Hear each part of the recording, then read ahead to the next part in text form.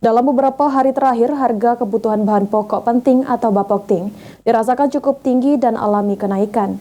Agar masyarakat tidak merasakan keresahan, pemuda harus bisa ikut kendalikan harga pangan dan memberitahukan ke masyarakat agar tidak resah.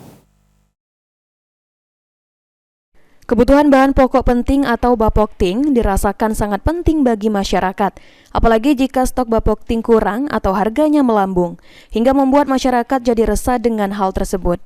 Oleh karenanya, dibutuhkan peran pemuda dan mahasiswa untuk dapat memberitahukan atau ikut serta dalam mengendalikan pangan dengan berkoordinasi pemerintah daerah.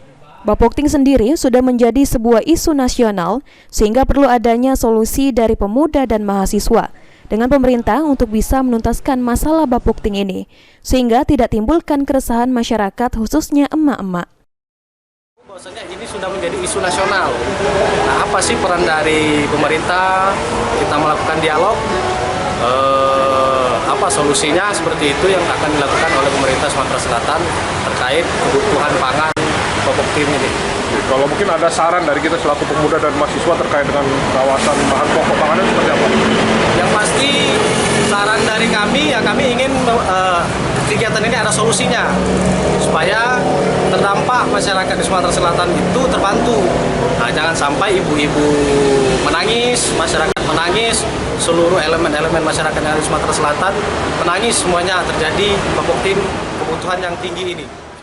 Sejauh ini untuk Bapokting Sumsel sendiri dalam kondisi aman stoknya, sedangkan untuk harganya masih bergejolak di beberapa komoditi karena sejumlah permasalahan yang dihadapi. Menurut angka-angka dari prediksi prognosa itu diperkirakan aman untuk kebutuhan. Tinggal kita untuk harga, kemungkinan harga kita memang dalam beberapa saat ini memang ada gejolak kenaikan harga pangan di beberapa komoditi. Itu pun mungkin dipengaruhi berbagai macam faktor. Antaranya ya perubahan iklim, cuaca, kemudian penyaluran distribusinya. Di antara satu daerah dengan daerah lain ada yang surplus, ada yang minus, itu yang menyebabkan terjadinya. Pemerintah provinsi sendiri sangat mengharapkan agar pemuda dan mahasiswa ikut serta dengan pemerintah dalam hal pengendalian